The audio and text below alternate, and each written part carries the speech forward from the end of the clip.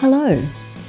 I wanted to talk about an article that I came across this week, and in particular, a very interesting phrase that it was centred around. Now, the title of the article was called "Most Laws Ignore Human-Wildlife Conflict. This makes us vulnerable to pandemics."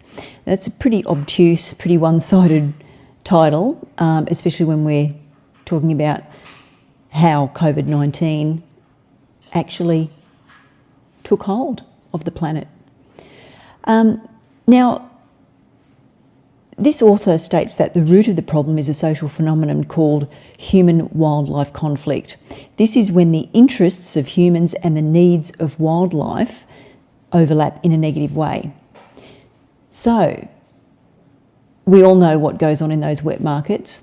Human interests, slaughtering, torturing, eating animals, boiling them up alive, skewering them while they're alive, housing them in unbelievable conditions just so they can consume them.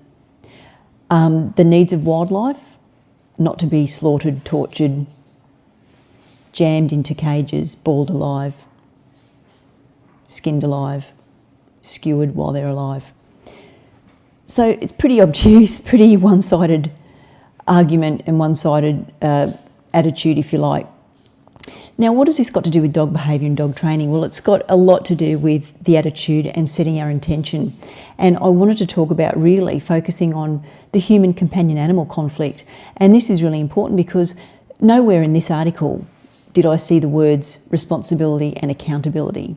And I want to parallel this concept of human companion animal conflict with those two words. And I want to link those two words in as well, because there is a parallel between the way that animals are portrayed in this circumstance, in this article, and the way that we actually blame and judge animals when we're actually swerving away from the truth. We're actually swerving away from what is obvious, and we're making excuses, and we're not taking accountability and responsibility for the way that we treat our companion animals and the way we behave towards them. And so in this period of self-isolation, I want to ask you, how much time have you actually spent engaged in a meaningful activity with your dog? How much time have you spent reconnecting with your dog, taking a few minutes here, a few minutes there? How much training have you done with your dog? Have you looked for some real-world opportunities to incorporate your training into your lifestyle with your dog, to help your dog live in harmony with you? I want to ask you some other questions. Are you making excuses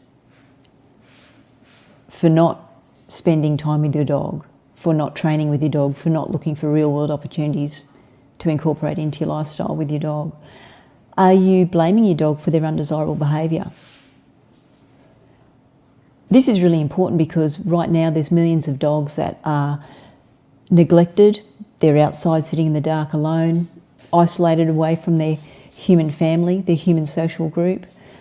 They're neglected, or worse, they've been surrendered to shelters because the dog hasn't lived up to the human's expectations, despite the human not investing time, setting their intention to understand their dog as a species, understand what their dog needs, and to provide their dog with those things that they need on a daily basis. So the take-home message for this video is just about truth, looking at life from a perspective other than your own and seeing the truth of a situation, and also taking responsibility and accountability for your contribution to that situation.